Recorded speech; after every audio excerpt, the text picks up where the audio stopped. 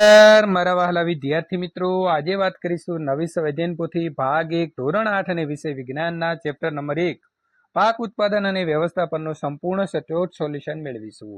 એ પહેલા ચેનલની અંદર પ્રથમ વખત આવ્યા છો તો વિદ્યાર્થી મિત્રો ચેનલને સબસ્ક્રાઇબ કરી તમારા મિત્રો સુધી આ વિડીયો શેર કરવાનું ભૂલશો નહીં। પાઠ નંબર 1 પાક ઉત્પાદન અને વ્યવસ્થાપન પાઠ છે। તેને આપણે આટલું જાણીએ તો ખેતીના ઓજારો, સિંચાઈ પદ્ધતિ, ખાતરની જરૂરિયાત અને પશુપાલન વિશેની જાણકારી આપણે સૌ ધરાવીએ છીએ। પહેલો પ્રશ્ન છે, યોગ્ય વિકલ્પ સામે ખરાની નિશાની કરવાની છે। આધુનિક સમયની અંદર ખેડ કરવા માટે કયા સાધનનો ઉપયોગ થાય છે? તો ટ્રેક્ટર પાછળ શું હોય છે વિદ્યાર્થી મિત્રો? કલ્ટિવેટર। વૈદિકભાઈ જમીનની ફળદ્રુપતા જાળવવા નીચેના પૈકી કયા ખાતરનો વધુ ઉપયોગ કરશે? તો કમ્પોસ્ટ। નીચેના પ્રશ્નોના ઉત્તર આપો। ખેતીની શરૂઆત થઈ તે પહેલા મનુષ્ય ખોરાકમાં શાનો ઉપયોગ કરતો હશે? તો ખેતીની શરૂઆત થઈ તે પહેલા મનુષ્ય ખોરાકમાં મુખ્યત્વે માંસ અને માછલીનો ઉપયોગ કરતો, સાથે શાકભાજી, કંદમૂળ અને ફળ સહિત વનસ્પતિ પેદાશો જે પદાર્થો છે તેનો પણ ઉપયોગ કરતો હતો। નીચેની લાક્ષણિકતાઓના આધારે પાકના પ્રકારોમાં વર્ગીકૃત કરો। આ પાક વરસાદની ઋતુમાં થાય છે તો ચોમાસું એટલે કે ખરીફ। આ પાકનો સમયગાળો ઓક્ટોબરથી માર્ચ સુધીનો છે તો રવિ પાક એટલે કે શિયાળુ। ડાંગર, મકાઈ અને સોયાબીન મારા પાકના ઉદાહરણ છે તો ખરીફ પાક। આ પાક શિયાળાની ઋતુમાં થાય છે તો રવિ। આ પાકનો સમયગાળો જૂનથી સપ્ટેમ્બર છે તો આવશે ખરીફ। ચણા, વટાણા અને ઘઉં એ મારા પાકના ઉદાહરણ છે તો આવશે રવિ। જમીનનું ખેડાણ કરવું શા માટે જરૂરી છે? તો તમે તમારી ખેતી કરતા હશો તો જમીન ખેડતા જોયા હશે। તો જમીનનું ખેડાણ કરવાથી જમીનની માટી ઉપર નીચે થાય છે, તેથી જમીનની અંદર હવાની અવરજવર વધે છે અને જમીન પોચી બને છે। તેની નીચે રહેલા પોષક તત્વો ઉપર આવે છે અને આથી જમીનનું ખેડાણ કરવું જે છે તે જરૂરી બની જાય છે। કઈ સિંચાઈ પદ્ધતિમાં પાણીનો બચાવ થાય છે? તો ટપક સિંચાઈ પદ્ધતિની અંદર પાણીનો બચાવ થાય છે। રણ પ્રદેશમાં સિંચાઈની કઈ પદ્ધતિ વધુ ઉપયોગી છે? તો રણ પ્રદેશની અંદર જે ટપક સિંચાઈ પદ્ધતિ છે તે ઉપયોગી છે। નીંદણનાશકનો છંટકાવ શા માટે કરવો જોઈએ? તો તમારા ખેતરમાં બિનજરૂરી જે ઘાસ ઉગે છે ને તે બિનજરૂરી છોડ એટલે કે નીંદણ વધારે પ્રમાણમાં ઉગી નીકળે ત્યારે નીંદણનાશકનો છંટકાવ કરી તેને દૂર કરી શકાય છે। નીંદણનાશકના છંટકાવ વખતે ખેડૂતે કઈ કાળજી રાખવી જરૂરી છે? તો નીંદણનાશક દવાઓ માનવ શરીર માટે ખૂબ જ નુકસાનકારક હોવાથી શરીરને ઢાંકીને આંખ, ચશ્મા અને માસ્ક પહેરીને તેનો છંટકાવ કરવો જોઈએ। કમ્બાઈન મશીનનો ઉપયોગ જણાવો। તો પાકને કાપવા અને તેમાંથી બીજ કે દાણા કણસલામાંથી અલગ કરવા કમ્બાઈન મશીનનો ઉપયોગ થાય છે। પડતર જમીનમાં ખેતી કરવા માટે તમે કઈ ખેત પદ્ધતિ અપનાવશો? તો પડતર જમીનમાં ખેતી કરવા હું પરંપરાગત ખેત પદ્ધતિ અપનાવીશ। અનાજ સંગ્રહ કરવા માટે લીમડાના સૂકા પાન શા માટે વપરાય છે?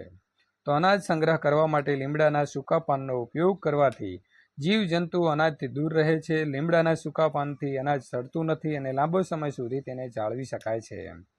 ખેતરમાં કુદરતી ખાતરનો ઉપયોગ કરવો હિતવા છે, શા માટે? વૈજ્ઞાનિક સાથે તમારે સમજૂતી આપવાની છે।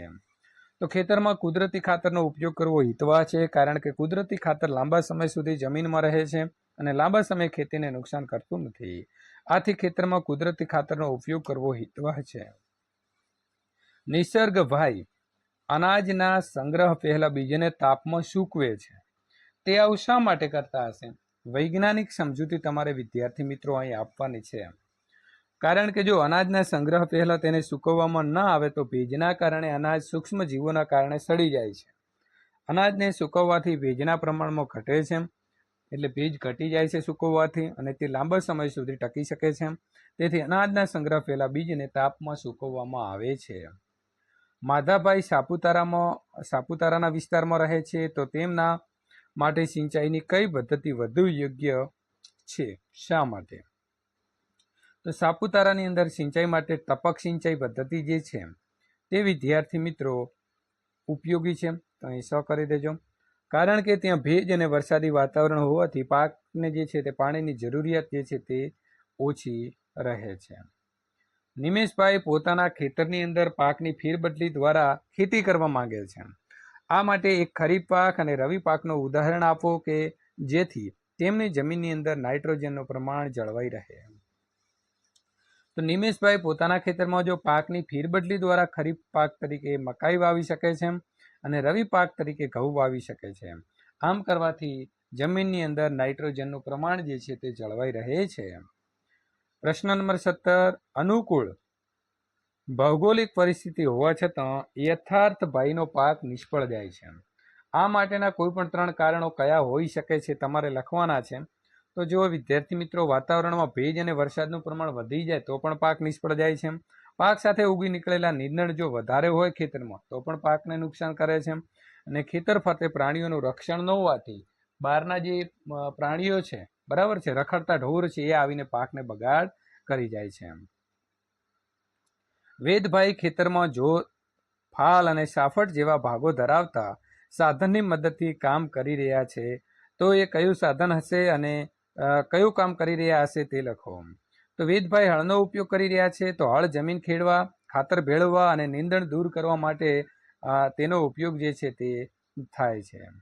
હવે આપણને સરસ મજાની અહીં એક આકૃતિ આપી છે, એક્સ, વાય અને ઝેડ. જો થ્રેશિંગ એટલે કે ઝડવું, ઉપણવું અને લણવું તેવા અલગ અલગ પ્રકારના જે છે તે ભાગ છે. એની અંદર તમારે એક્સ, વાય અને ઝેડને ઓળખવાના છે. સૌ પ્રથમ એક્સ, તો એક્સ શું હશે? તો કમ્બાઈન છે. કેમ કમ્બાઈન છે? તો એની અંદર લણવું, ઉપણવું, થ્રેશિંગ 3 ભેગા આવી જાય છે, બરાબર છે. ત્યાર પછી વાત કરીશું વાય, તો વાયની અંદર માત્ર લણવું, તો શું આવશે? હાર્વેસ્ટર. અને વિદ્યાર્થી મિત્રો, અહીં જે છે તે આપણે વાત કરીશું ઝેડ, તો એ ઉપણવાનો યંત્ર છે, જેમાં થ્રેશિંગ અને ઉપણવું બંને આવી જાય છે. ત્યાર પછી પ્રશ્ન નંબર વાત કરીશું 20, પાકની વાવણી કરતા પહેલા જમીનની ખેડ શા માટે કરવી જોઈએ? તો પાક ઉછેરતા પહેલા જમીનની ખેડ કરવી પડે છે, કારણ કે જમીન ખેડવાથી પોચી બને છે અને માટી ઉપર નીચે થાય છે. તેના લીધે પાકના મૂળ ઊંડે સુધી જઈ શકે છે અને આ મૂળને શ્વસન કરવામાં સહાય કરે છે. વળી પોચી માટી જમીનના અળસિયા અને સૂક્ષ્મ જીવોથી વૃદ્ધિની અંદર સહાયક છે. તેથી સેન્દ્રિય દ્રવ્યો જમીનની અંદર ઉમેરાય છે, બરાબર. આમ જે અળસિયા દ્વારા જમીન પોચી કરેલી હોય છે તેથી પણ મિત્રો આપણો ખેતીમાં ફાયદો થાય છે. રાહુલ તેના ઘરે ગાય પાળવા માંગે છે, તો તેને કઈ કાળજી રાખવી જોઈએ? તો ગાયને સમયસર ઘાસ અને ખોરાક આપવો જોઈએ. ગાયને સમયાંતરે નહડાવીને સમયસર તેને સાફ સફાઈ કરવી જોઈએ. ગમાણમાંથી ગાયના મળમૂત્રનો નિકાલ કરવો જોઈએ.